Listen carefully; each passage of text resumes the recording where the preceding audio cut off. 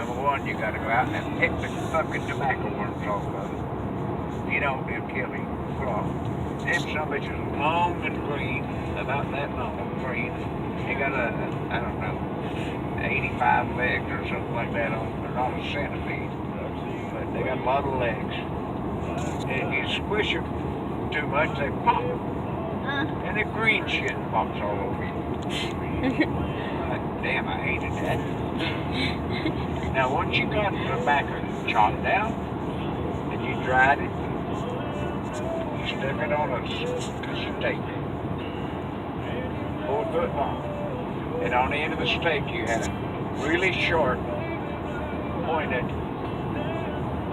instrument. Call it a yaw.